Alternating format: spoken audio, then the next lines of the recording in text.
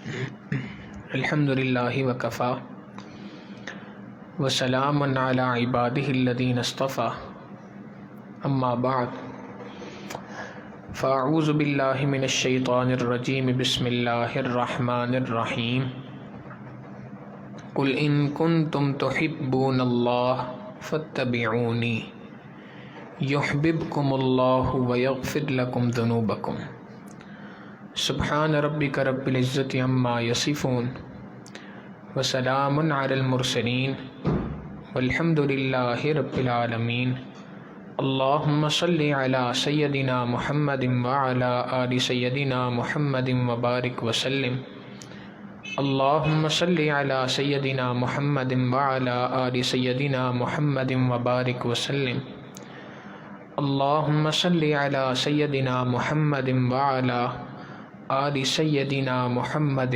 وبارک وسلم۔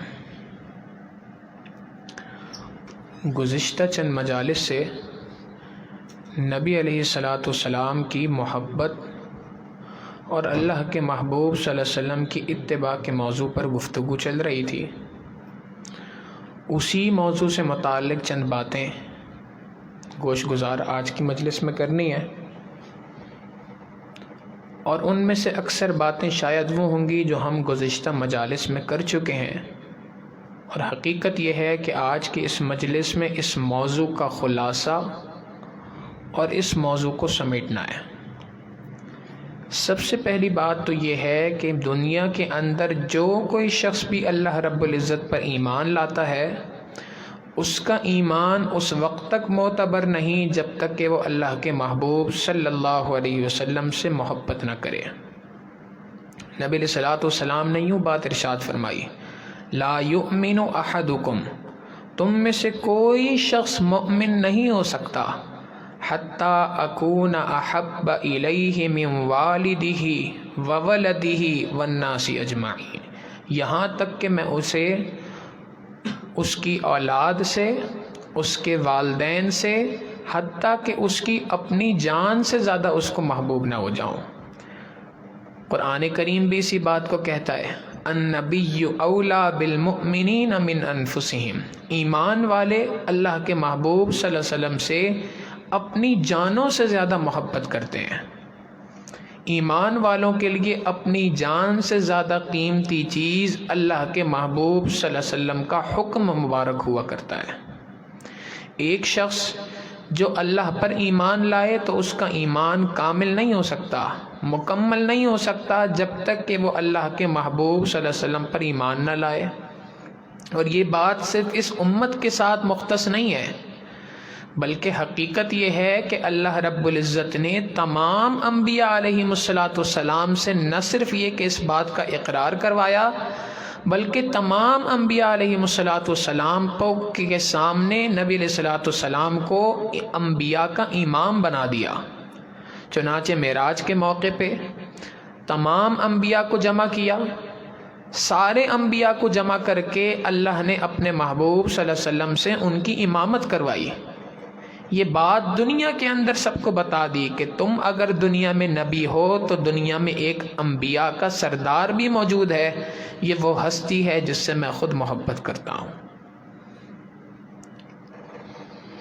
تو نبی علیہ السلام کی محبت کا ہر انسان کے دل میں ہونا یہ لازمی جز ہے، اس کے بغیر ایمان کامل نہیں ہو سکتا۔ اور اللہ نہ کرے اگر اللہ کے محبوب صلی اللہ علیہ وسلم کے بارے میں دل میں کوئی بغض موجود ہو، قرآن کریم کھولیں، جگہ جگہ دیکھتے ہیں کہ اللہ رب العزت نے ایسے شخص کے بارے میں کیسے کیسے الفاظ استعمال فرمائے، کتنے سخت الفاظ استعمال فرمائے۔ ایک شخص ہے کہ جو نبی علیہ السلام کی ولادت کے اوپر اتنا خوش ہے کہ اس نے خوشی کے عالم میں غلام آزاد کر دیے، خوشی کے عالم کے اندر اس نے خوب لوگوں میں مٹھائیاں بانٹیں، جو اپنے اعتبار سے خوشی کو سیلیبریٹ کر سکتا تھا جس انداز میں، اس انداز میں اس نے سیلیبریٹ کیا۔ مگر جب نبی علیہ السلام کی بعثت ہوئی، اللہ کے محبوب صلی اللہ علیہ وسلم نے امت کو اللہ کا پیغام پہنچانا شروع کیا، اب یہ شخص نفرت کرنا شروع کرتا ہے، نبی علیہ السلام کو ستانا شروع کرتا ہے، اللہ رب العزت کو اس کا یہ ستانا اتنا ناپسند ہوا کہ قرآن کریم میں سورت اتار دی، تبت یدا ابی لہب وتب، ٹوٹ جائیں ہاتھ ابو لہب کے۔ اور یہ بد دعا ایک مرتبہ کہہ کر خاموش نہیں ہو گئے، نہیں، 1,24,000 صحابہ تھے، سب کے سب قرآن پڑھیں گے، بار بار پڑھیں گے، بار بار ابو لہب کو بد دعا دیں گے۔ پھر نبی علیہ الصلوۃ والسلام کی امت کا آخری آنے والا شخص تک ہر انسان قرآن کریم پڑھے گا، جب اس صورت پہ پہنچے گا تو وہاں پر آ کر ابو لہب کو ہر شخص بد دعائیں دے گا۔ پھر اسی طریقے سے ایک شخص ہے کہ جو اللہ کے محبوب صلی اللہ علیہ وسلم کے بارے میں طرح طرح کی باتیں کرتا تھا، اللہ تعالیٰ نے قرآن کریم میں عجیب الفاظ استعمال فرمایا، وَلَا تُطِعْ كُلَّ حَلَّافٍ مَّهِينٍ۔ یہ جو آپ کے بارے میں باتیں کر رہا ہے یہ کون ہے؟ حلافن، جھوٹی قسمیں کھانے والا، مہین، الزام لگانے والا، حماز مشاء بنمیم، مناع للخیر معتد اسیم، گنہگار ہے، سرکش قسم کا آدمی ہے، عتل بعد ذلک زنیم۔ آخری بات ارشاد فرمائی کہ یہ وہ شخص ہے جس کا نسب صحیح طور پہ ثابت نہیں، حرامی ہے۔ اس الفاظ کا یوں اس جملہ ترجمہ کیا جائے تو غلط نہیں ہوگا۔ پھر ایک شخص ہے جو نبی علیہ الصلوۃ والسلام کے بارے میں مذاق اڑاتا کہ یہ وہ نبی بنتے ہیں کہ جن کا حال یہ ہے کہ ان کی کوئی اپنی اولاد لڑکوں میں موجود نہیں، جو لڑکا پیدا ہوتا ہے وہ اس دنیا سے چلا جاتا ہے، اس بندے کا تو نسب ہی نہیں چل سکتا۔ اللہ نے اس پر صورت اتار دی، انا اعطیناک الکوثر فصل لربک وانحر ان شانئک هو الابتر۔ جو یہ باتیں کرتا ہے حقیقت یہ ہے کہ اس کا نسب ختم ہو جائے گا، اور اے میرے محبوب صلی اللہ علیہ وسلم آپ کا نسب دنیا میں جاری رہے گا۔ تو ایک شخص اگر نبی علیہ الصلوۃ والسلام کے خلاف دل میں کوئی بات رکھتا ہے، اللہ رب العزت کو یہ بات پسند نہیں۔ اور اگر ایک شخص اللہ رب العزت کے محبوب صلی اللہ علیہ وسلم سے محبت کرتا ہے تو یہ محبت کا رکھنا نہ صرف یہ کہ ایمان کا تقاضا ہے، بلکہ اللہ کی محبت کو اپنی طرف کھینچنے کا مترادف ہے۔ چنانچہ حدیث مبارکہ میں آتا ہے کہ ایک صحابی نبی علیہ الصلوۃ والسلام کے پاس آئے، اے اللہ کے محبوب صلی اللہ علیہ وسلم متی الساعہ، قیامت کب آئے گی؟ نبی علیہ الصلوۃ والسلام نے ان سے پوچھا کہ تم مجھ سے قیامت کا سوال کر رہے ہو، کیا تم نے قیامت کی تیاری کر لی آنے کی؟ بڑی تمہاری تیاری ہے جو تم مجھ سے سوال کر رہے ہو کہ قیامت کب آئے گی۔ اے اللہ کے محبوب صلی اللہ علیہ وسلم تیاری تو کوئی نہیں ہے، عمل تو کوئی اس درجے کا ہے نہیں کہ اس دن پیش کر سکوں۔ ہاں ایک بات ہے، وَلَٰكِنِّي أُحِبُّ اللَّهَ وَرَسُولَهُ، میں اللہ اور اس کے رسول صلی اللہ علیہ وسلم سے محبت کرتا ہوں۔ نبی علیہ الصلوۃ والسلام نے ارشاد فرمایا کہ اگر واقعی تم اللہ اور اس کے رسول صلی اللہ علیہ وسلم سے محبت کرتے ہو تو کل قیامت کے دن کے لیے تمہارے زادرہ کے طور پہ یہ چیز بہت کافی ہے۔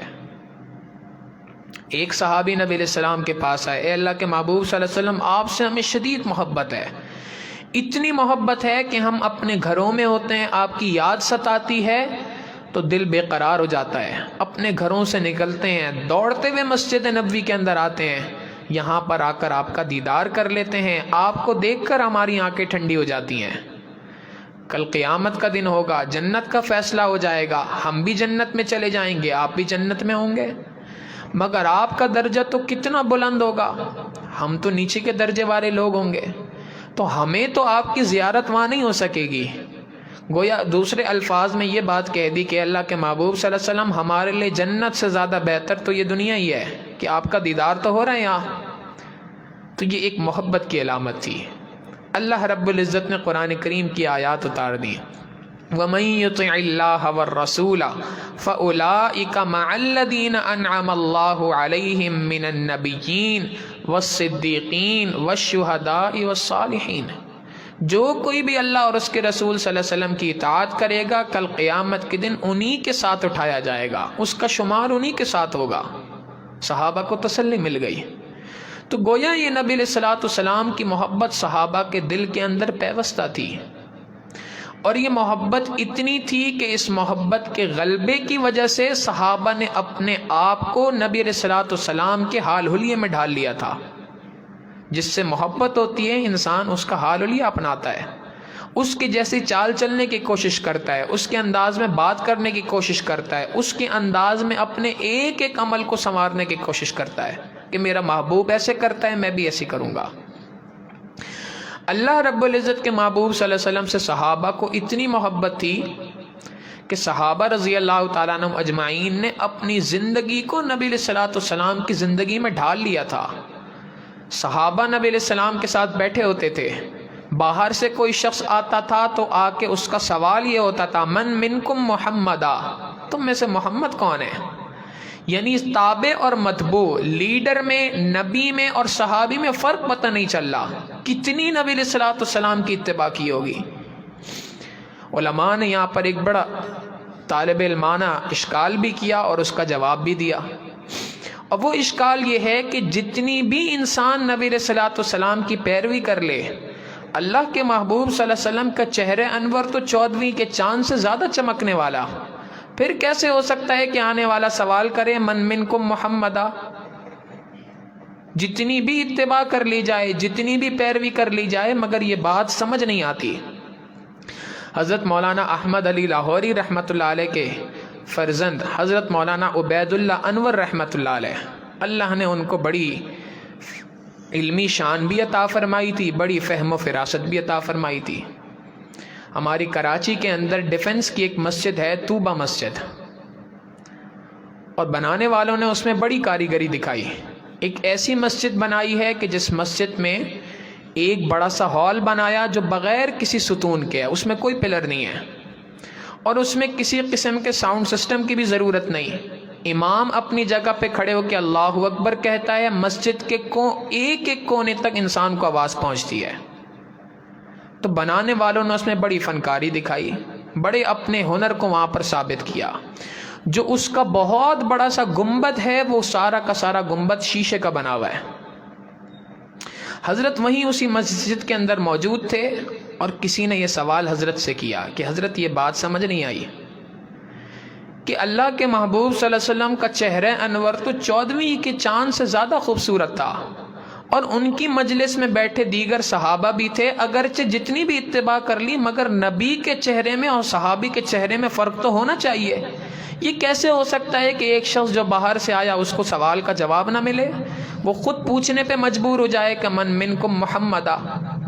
انہوں نے فرمایا، دیکھو بھائی، اور تو کوئی بات تمہارے سامنے میں کرتا نہیں، اسی مسجد کی مثال لے لو۔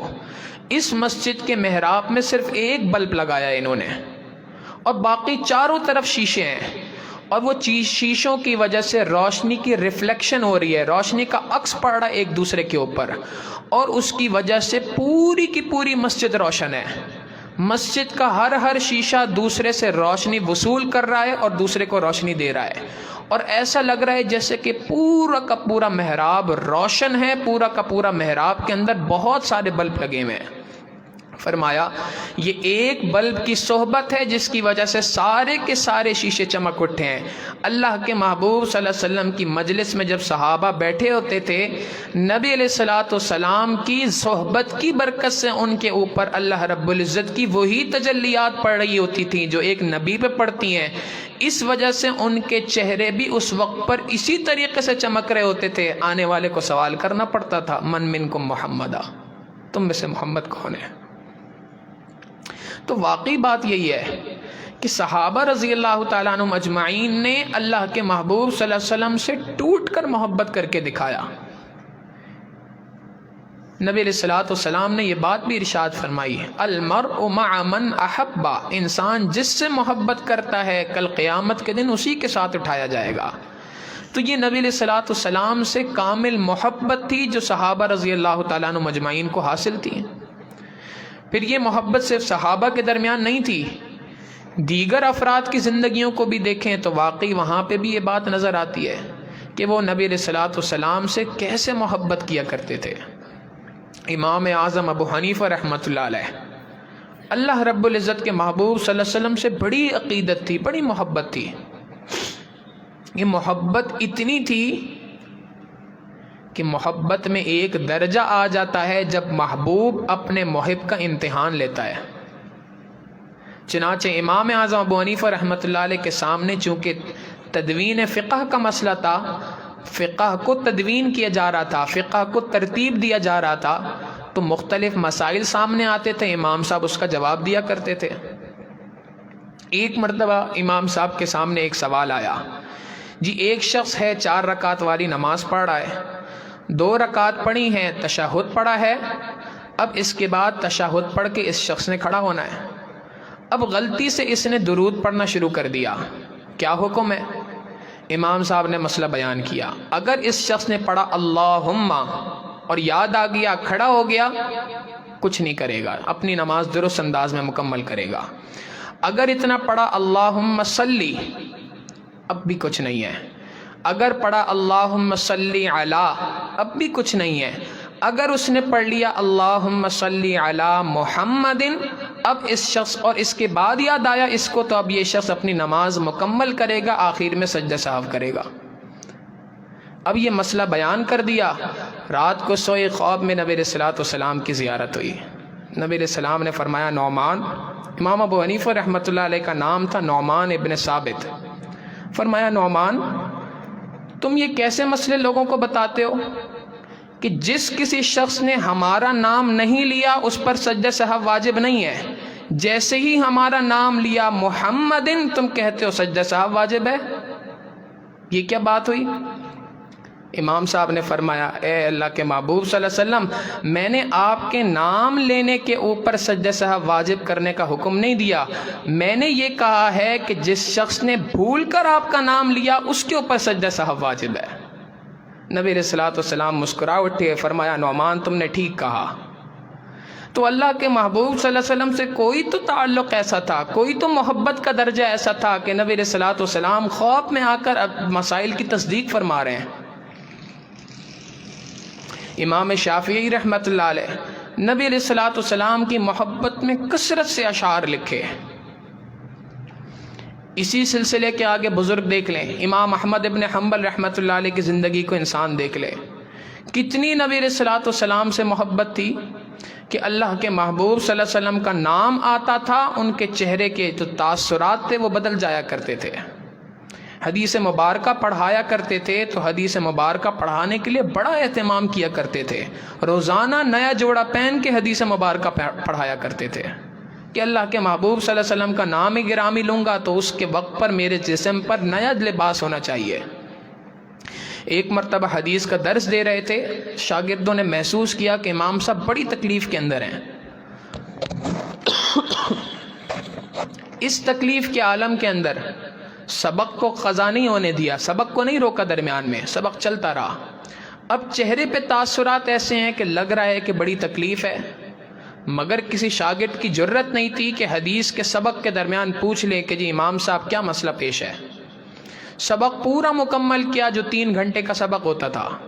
جب سبق سے فارغ ہوئے ایک شاگرد کو بلایا کہ مجھے پیٹھ پر کچھ تکلیف ہو رہی ہے، لگ رہا ہے کہ کوئی کیڑا کوئی چیز پیچھے چل رہی ہے، ذرا دیکھنا۔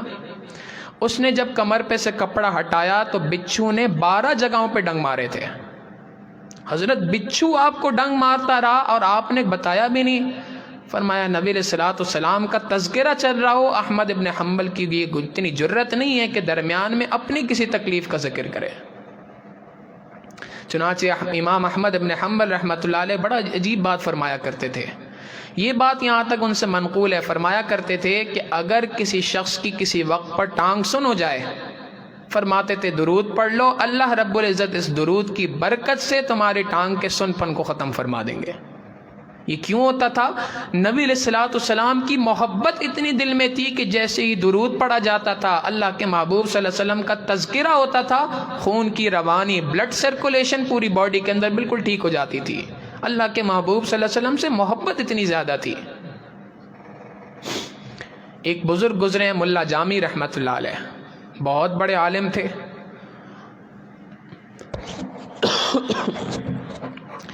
ایک مرتبہ انہوں نے نبی علیہ السلام کی شان میں چند اشعار لکھے، اور وہ اشعار لکھنے کے بعد ان کا ارادہ یہ تھا کہ میں اشعار لے کے جاؤں گا، اللہ کے محبوب صلی اللہ علیہ وسلم کے روضہ اطہر پہ جا کے پڑھوں گا۔ اب انہوں نے اپنا سفر شروع کیا۔ اسی سفر کے درمیان جو مدینہ منورہ کا گورنر تھا، اس کو خواب میں نبی علیہ السلام کی زیارت ہوئی۔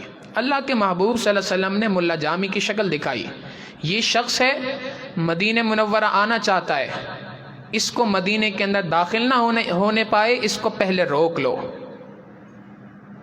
چنانچہ گورنر نے باہر فوج تعین کر دی، لوگوں کو کھڑا کر دیا۔ جیسے ہی ملا جامی مدینہ منورہ کے قریب جانے لگے تو انہوں نے فوراً روک دیا۔ گورنر صاحب آ گئے، جی آپ آگے نہیں جا سکتے، آپ کو آگے جانے کی اجازت نہیں ہے، واپس کر دیا۔ اب ملا جامی رحمۃ اللہ علیہ پریشان، دل میں نبی علیہ الصلوۃ والسلام کی محبت اتنی زیادہ کہ وہ بے چین کر رہی ہے، اب کوئی اور راستہ ڈھونڈ رہے تھے۔ دوسرے راستے سے داخل ہونے کی کوشش کی، پولیس والوں نے وہاں بھی پکڑ لیا۔ تیسری بار کوشش کی، اب کی بار گورنر نے بولا اس شخص کو پکڑو اور پکڑ کر قید خانے میں ڈال دو۔ اب جب قید خانے میں ڈال دیا گیا، رات میں سویا یہ گورنر، تو نبی علیہ الصلوۃ والسلام کی پھر زیارت ہوئی۔ اللہ کے محبوب صلی اللہ علیہ وسلم کے چہرے پر غصے کے آثار تھے۔ فرمایا ہم نے تمہیں تو یہ بات نہیں کہی تھی کہ اس شخص کو قید میں ڈال دینا، یہ کوئی مجرم نہیں ہے کہ جس کو ہم نے آنے سے روکا ہے۔ بات دراصل یہ ہے کہ یہ ہمارا عاشق صادق ہے، یہ ایسے اشعار لکھ کر لے کے آیا ہے کہ اگر یہ اشعار روز اطہر پہ آ کے پڑھ لے تو ان اشعار کا کم از کم صلہ یہ ہے کہ میں اس شخص سے خود مصافحہ کروں، لہٰذا اس وجہ سے میں نے تمہیں بولا کہ اس شخص کو یہاں پہ آنے سے روک دیا جائے، جاؤ جا کے اس کا اکرام کرو۔ نبی علیہ الصلوۃ والسلام کی محبت اتنی دل میں ہوا کرتی تھی۔ دارالعلوم دیوبند کے ہمارے جو اکابر ہیں علماء دیوبند، ان میں سے ایک ایک کی زندگی کو اٹھایا جائے تو واقعی عشق نبوی کا عجیب نمونہ نظر آتے ہیں۔ حضرت مولانا قاسم نانوتوی رحمۃ اللہ علیہ مدینہ منورہ کے اندر جب کبھی بھی تشریف لایا کرتے تھے تو پورے مدینہ میں کہیں پر چپل نہیں پہنا کرتے تھے۔ لوگ کہتے تھے کہ حضرت کانٹے بھی ہیں، مختلف قسم کی دھات وغیرہ بھی ہے، تو آپ اس طریقے سے سفر کریں گے تو یہ تو آپ کے پاؤں میں کوئی چیز چبھ جائے گی، پاؤں زخمی ہو جائیں گے، اور زخمی نہ بھی ہوں تو گرمی کی وجہ سے پاؤں پہ چھالے پڑ جائیں گے۔ فرمایا کرتے تھے کہ ہاں میں بھی یہی بات سوچتا ہوں، مگر ساتھ میں یہ خیال آ جاتا ہے کہ کہیں ایسا نہ ہو کہ قاسم کی چپل کا قدم اس جگہ پہ پڑے جہاں پر اللہ کے محبوب صلی اللہ علیہ وسلم کے قدم مبارک پڑے تھے۔ قاسم کو یہ بات برداشت نہیں ہے۔ اشعار لکھے، امیدیں لاکھوں ہیں لیکن بڑی امید ہے یہ، امیدیں لاکھوں ہیں لیکن بڑی امید ہے یہ کہ ہو سگانے مدینہ میں میرا شمار۔ اے اللہ کے محبوب صلی اللہ علیہ وسلم بہت ساری امیدیں ہیں، لیکن بڑی امید مجھے یہ ہے کہ میرا شمار مدینہ کے کیڑے مکوڑوں کے اندر ہو جائے۔ جیوں تو ساتھ پھروں تیرے حرم کے، مروں تو کھائیں مجھ کو مدینہ کے مور و مار۔ جیوں اے اللہ کے محبوب صلی اللہ علیہ وسلم زندگی گزاروں تو اس وقت پہ آپ کے شہر مبارک میں ادھر ادھر ہی گھومتا رہوں، اور جس وقت پہ مر جاؤں تو مدینہ کے ہی کیڑے مکوڑے مجھے کھا کے فنا کر دیں۔ تو میری تو خواہش یہی ہے کہ میرا جینا بھی مدینہ کے اندر ہو، مرنا بھی مدینہ کے اندر ہو۔ اور پھر یہ خواہش، یہ تو اکابر علماء دیوبند تھے، بڑے حضرات تھے، ان کی بات تو کیا ہی کہنی ہے، سینکڑوں واقعات گزشتہ مجالس میں بھی سنائے ہیں، کیا ہی کہنے ان کی بات۔ تو چند ایسے افراد کا بھی تذکرہ کر دیا جائے کہ جو عوام الناس میں سے تھے، جن کو اللہ کے محبوب صلی اللہ علیہ وسلم سے کیسی محبت تھی۔ علامہ شبیر احمد عثمانی رحمۃ اللہ علیہ نے ایک بہت عجیب واقعہ لکھا ہے۔ فرماتے ہیں کہ ایک مرتبہ حج کے لیے گئے تو حج کے بعد مدینہ منورہ کے اندر قیام ہوا۔ یہ وہ وقت تھا جس وقت پر سعودی عرب کے اندر تیل نہیں نکلا تھا، انتہائی غربت تھی۔ تو فرماتے ہیں اسی غربت کے عالم میں وہاں پر لوگوں کو ہم دیکھا کرتے تھے کہ لوگ بہت زیادہ غربت کی زندگی گزار رہے تھے، تو ہم جو کھانے پینے کی چیزیں لے کے جاتے تھے، جو چیزیں بچ جایا کرتی تھیں تو ہم وہاں کے لوگوں کو دے دیا کرتے تھے۔ ایک چھوٹا بچہ تھا، یتیم تھا، اور وہ کثرت سے آیا کرتا تھا، اور ہم اس کو مختلف پھل فروٹ اور مختلف چیزیں جو خود کھاتے تھے وہ اس کو بھی دیتے تھے، اور وہ پابندی سے ہمارے پاس آتا تھا، تو ہمیں اس سے ایک انسیت ہو گئی تھی۔ چنانچہ اس انسیت کی وجہ سے ہم اس کے ساتھ ایک خاص تعلق قائم ہو گیا تھا۔ وہ بھی آتا تھا ہمارے پاس، بیٹھتا تھا، بات چیت کرتا تھا، اس کے بعد وہ بھی چلا جاتا تھا، کھاتا پیتا ہمارے ساتھ تھا۔ فرمانے لگے کہ ایک دن میں نے اس کو بتایا کہ بھائی اب ہماری کل یہاں سے واپسی ہے، تو وہ بچہ بہت اداس ہو گیا۔ فرماتے میں نے اس کی اداسی دیکھی تو اپنی اہلیہ سے کہا کہ بھئی یہ ایک بچہ ہے، یتیم ہے، اگر تم اجازت دو تو میں اس سے بات کروں، اس کو ہم اپنے ساتھ پاکستان لے جاتے ہیں، وہاں اس کی تربیت کریں گے، اس کو کسی مدرسے میں بھی داخلہ دلوا دیں گے، تعلیم بھی دیں گے، اس کی تربیت کا بھی خیال رکھیں گے، اس کو اپنی اولادوں کی طرح پالیں گے۔ بیوی بھی تیار ہو گئی۔ فرماتے ہیں اگلے دن میں نے اس بچے کو بلایا اور اس سے بات کی۔ میں نے اس سے کہا کہ بیٹا میرا جی چاہتا ہے کہ میں آپ کو اپنے ساتھ لے جاؤں، وہاں پر پاکستان میں آپ جائیں گے تو رزق کی تو بڑی فراوانی ہے، جتنی چیزیں آپ یہاں پہ ہمارے ساتھ کھا رہے تھے اس سے زیادہ چیزیں آپ کو وہاں کھانے کے ملیں گی، اور جو چیز آپ چاہو گے وہ کھانے کو ملے گی، جو پہننے کو چاہو گے وہ ملے گا، ساری سہولتیں آپ کو وہاں پر میسر ہوں گی۔ اگر آپ چاہتے ہو میرے ساتھ چلنا تو چلو، اگر آپ کا کوئی بڑا ہے اس سے بات کرنی ہے تو بتاؤ۔ تو بچہ پوچھنے لگا جی ساری چیزیں وہاں ملیں گی؟ میں نے کہا ساری چیزیں ملیں گی۔ وہ بہت خوش ہو گیا۔ اس نے مجھے کہا کہ جی میرا تو کوئی یہاں پر ہے نہیں کہ میں جس سے اجازت لینی پڑے، تو مجھے کسی سے اجازت نہیں لینی ہے، میں آپ کے ساتھ چلنے کے لیے تیار ہوں۔ فرماتے ہیں اب اس نے میری انگلی پکڑ لی، ہمارا واپسی کا سفر شروع ہو رہا تھا۔ اب میں مسجد نبوی سے باہر آ رہا تھا، اچانک ایک جگہ پہ جا کے وہ بچہ رک گیا، رک کے مجھ سے پوچھنے لگا یہ بتائیے یہ جو روزہ یہاں پہ موجود ہے کیا یہ بھی پاکستان میں موجود ہے؟ فرماتے ہیں جب اس نے یہ بات کہی تو میں نے کہا بیٹا اگر یہ روزہ وہاں پہ موجود ہوتا تو ہم اتنی سفر کی مشقتیں کر کے یہاں پہ کیوں آتے؟ وہ آگے سے کہنے لگا اگر یہ روزہ وہاں موجود نہیں ہے، بھلے دنیا کی ساری وہاں پر جو ہے وہ عیاشیاں موجود ہوں، دنیا کی ساری سہولتیں موجود ہوں، مجھے وہاں نہیں جانا، مجھے تو اس روزے والے کے پاس ٹھہرنا ہے۔ یہ ایک بچے کی نبی علیہ الصلوۃ والسلام سے محبت کا عالم ہے۔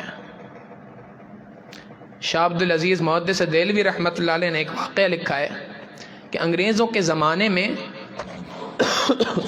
دہلی کی جامع مسجد تھی، اس مسجد کے دروازے پہ ایک فقیر بیٹھا کرتا تھا، اور یہ فقیر یہاں پر بیٹھ کر بھیک مانگا کرتا تھا۔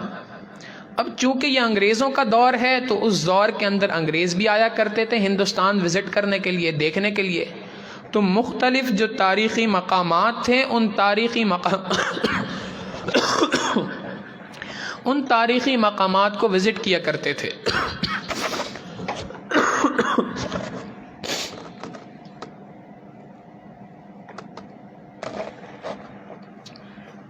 ان مقامات کو وزٹ کیا کرتے تھے، تو دہلی کی جامع مسجد بھی ایک تاریخی جگہ تھی، تو انگریز آیا کرتے تھے یہاں پر، اور یہاں پر آ کر اس مسجد کو بھی دیکھا کرتے تھے۔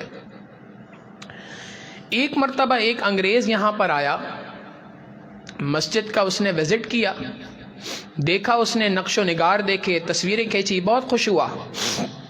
جب واپس جانے لگا تو اس کا بٹوا مسجد کی جو سیڑھیاں تھیں ان سیڑھیوں کے اوپر کہیں گر گیا، والیٹ گر گیا، اس کو پتہ نہ چلا۔ وہ گھر آیا، اب گھر پہ آ کے جب اس نے دیکھا کہ میرا والیٹ گم ہو گیا تو بڑا پریشان ہوا۔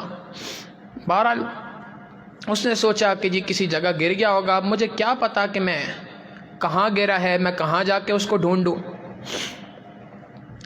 اب اس نے اپنی بیوی کو جب بتایا کہ بہرحال میرا بٹوا تو وہاں گر گیا، لیکن مسجد بڑی تاریخی جگہ ہے، بہت اس کے اندر بہترین قسم کا آرکیٹیکٹ ہے، بڑی زبردست ڈیزائن بنا ہوا ہے، اور اللہ کی شان کی میاں بیوی دونوں آرکیٹیکچر تھے، تو انہوں نے اس بات کا ارادہ کیا کہ ہم اگلے ہفتے پھر جائیں گے مسجد، آپ مجھے بھی مسجد دکھائیے گا، میں بھی ذرا مسجد کے آرکیٹیکٹ دیکھنا چاہتی ہوں۔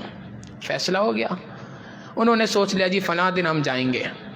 اب فلاں دن جب یہ وہاں پر پہنچے، انہوں نے مسجد کو دیکھا، جب مسجد ساری دیکھنے کے بعد سیڑھیاں اتر رہے تھے تو یہ معذور فقیر آگے بڑھا، اس نے اس انگریز کو پہچانا اور کہا کہ جی فلاں وقت پر آپ یہاں پر آئے تھے، آپ کا یہ بٹوا گر گیا تھا، یہ بٹوا میں آپ کو دینا چاہتا ہوں۔ انگریز نے جب بٹوا کھولا تو حیران ہو گیا، اس میں تو خوب پیسے موجود تھے، سارے کے سارے پیسے ویسے ہی موجود تھے۔ اس نے فقیر سے پوچھا کہ آپ معذور ہیں، آپ فقیر ہیں، لوگوں سے یہاں پر بھیک مانگتے ہیں، اگر آپ اس والیٹ کو کھول کے دیکھ لیتے تو شاید آپ مجھے لوٹانے کی نوبت نہ آتی، آپ مجھے لوٹاتے نہ، اس کے اندر تو اتنے پیسے ہیں کہ تمہاری جو ہے وہ کئی سالوں کی بھیک جو ہے وہ اس کے ذریعے سے پوری ہو جاتی۔ اس نے آگے سے جواب دیا کہ بات یہ ہے کہ جناب میں نے اس والیٹ کو اچھی طرح کھولا اور سارے نوٹ گنے میں نے، ایسا نہیں ہے کہ مجھے نہیں پتہ اس میں کتنی رقم ہے، مجھے سب پتہ ہے۔ وہ حیران ہو گیا، اگر آپ کو سب پتہ ہے، ضرورت مند بھی آپ ہیں، پھر آپ نے کیوں نہیں لیا؟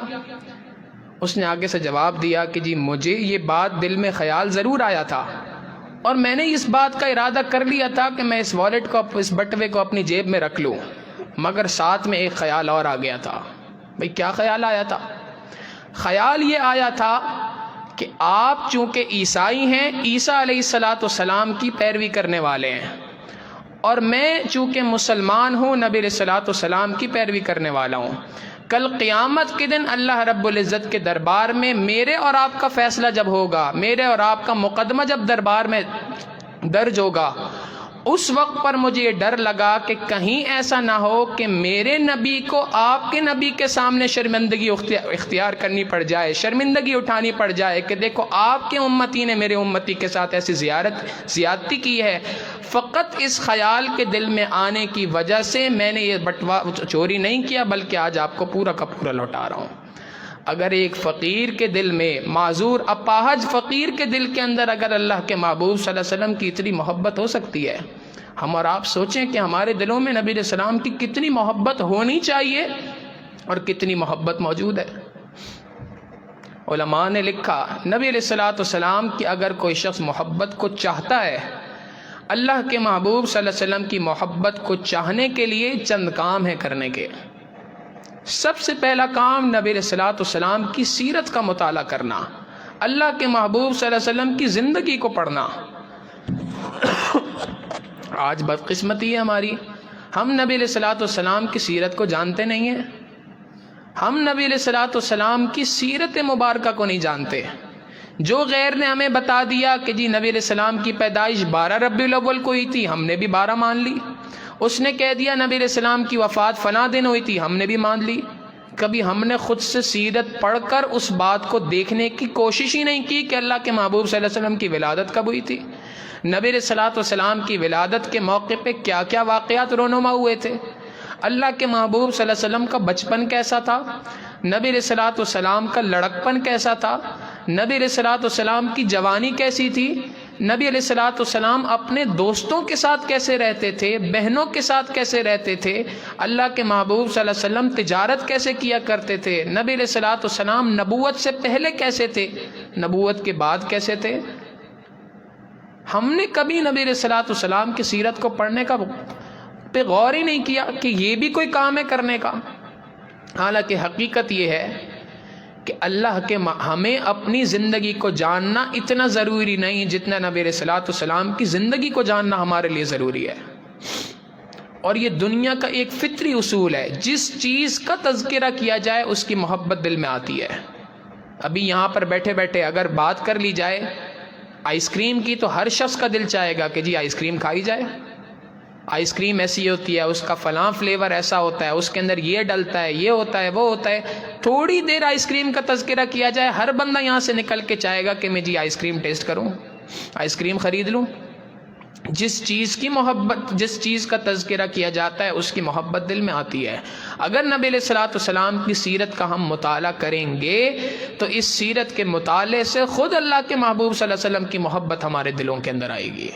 تو سب سے پہلا کام کرنے کا یہ ہے کہ اللہ کے محبوب صلی اللہ علیہ وسلم کی زندگی کو پڑھا جائے، سیرت کو پڑھا جائے۔ اللہ کے محبوب صلی اللہ علیہ وسلم کی زندگی کا تعلق، نبی علیہ السلام کے تذکرے کا تعلق ربیع الاول کے ساتھ خاص نہیں ہے۔ مومن کی زندگی کا ہر لمحہ ربیع الاول ہے، ہر لمحہ، ہر سیکنڈ ربیع الاول ہے۔ اس کی زندگی کا ہر لمحہ اللہ کے محبوب صلی اللہ علیہ وسلم کے تذکرے کے ساتھ ہونا چاہیے۔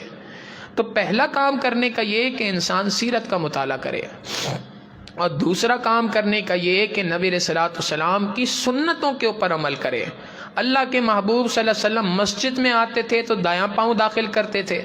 اللہ کے محبوب صلی اللہ علیہ وسلم مسجد میں جاتے ہوئے جب جوتا اتارتے تھے تو بایاں پاؤں پہلے اتارتے تھے، دایاں پاؤں پہلے داخل کرتے تھے۔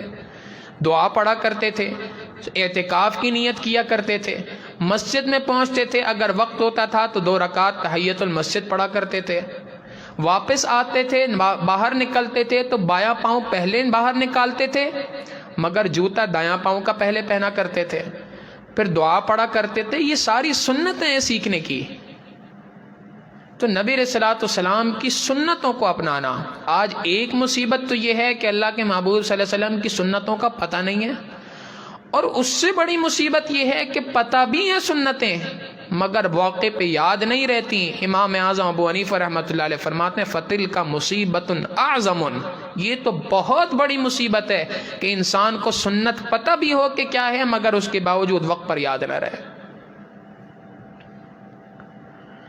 تو پہلا کام کرنے کا سیرت کا مطالعہ، دوسرا کام کرنے کا اپنی زندگی کو سنت کے مطابق ڈھالا جائے، اور تیسرا کام کرنے کا یہ کہ نبی علیہ الصلوۃ والسلام پر کثرت کے ساتھ درود پڑھا جائے. اللہ کے محبوب صلی اللہ علیہ وسلم پہ درود پڑھنے کا ایک معمول بنا لیا جائے کہ جی کم از کم ہمارے مشائخ نے کہا کہ کم از کم درجہ یہ ہے کہ انسان صبح کو 100 بار، شام کو 100 بار اللہ کے محبوب صلی اللہ علیہ وسلم پہ درود پڑھے. یہ نبی علیہ الصلوۃ والسلام پر درود پڑھنے کے اللہ کے محبوب صلی اللہ علیہ وسلم کا حق ہے ہمارے اوپر کہ ہم نبی علیہ الصلوۃ والسلام پر درود پڑھیں. یاد رکھیے گا، ہم اللہ کے محبوب صلی اللہ علیہ وسلم پہ درود بھیجیں گے تو نبی علیہ الصلوۃ والسلام کی عزت میں، اللہ کے محبوب صلی اللہ علیہ وسلم کے درجات میں کوئی بلندی ہمارے درود سے نہیں ہونی. وہ تو مستقل اللہ کی رحمتیں ان کی طرف متوجہ ہیں. اللہ اور اس کے فرشتے ہر وقت پر ان پر درود بھیج رہے ہیں. ہاں یہ ضرور ہے کہ ہمارا شمار ان افراد میں ہو جائے جو نبی علیہ الصلوۃ والسلام پہ درود پڑھتے ہیں. یہ ہماری ذمہ داری ہے، یہ ہماری خوش قسمتی ہے. تو پہلا کام کرنے کا یہ کہ نبی علیہ الصلوۃ والسلام کی سیرت کا مطالعہ کیا جائے. دوسرا کام کرنے کا یہ کہ اللہ کے محبوب صلی اللہ علیہ وسلم کی سنتوں پر عمل کیا جائے. اور تیسرا کام کرنے کا یہ کہ اللہ کے محبوب صلی اللہ علیہ وسلم پہ کثرت سے درود پڑھا جائے. ان تین کاموں کو کرنے سے نبی علیہ الصلوۃ والسلام کی محبت انسان کے دل میں خود بخود آنا شروع ہو جاتی ہے. اللہ رب العزت سے دعا ہے کہ اللہ رب العزت اپنے محبوب صلی اللہ علیہ وسلم کی سچی محبت ہمارے دلوں میں پیدا فرمائے. ملک الموت آئے، دلوں کو ٹٹولے، عشق نبوی سے بھرے نظر آئیں، عقل کو ٹٹولے، دماغ کو دیکھے تو علم نبوی سے بھرا نظر آئے، جسم کے اعضاء کو ٹٹولے تو سنت نبوی سے مزین نظر آئیں، اور اس حال میں ہم آقا صلی اللہ علیہ وسلم کے سامنے پیش ہوں. وآخر دعوانا ان الحمد للہ رب العالمین. تھوڑی دیر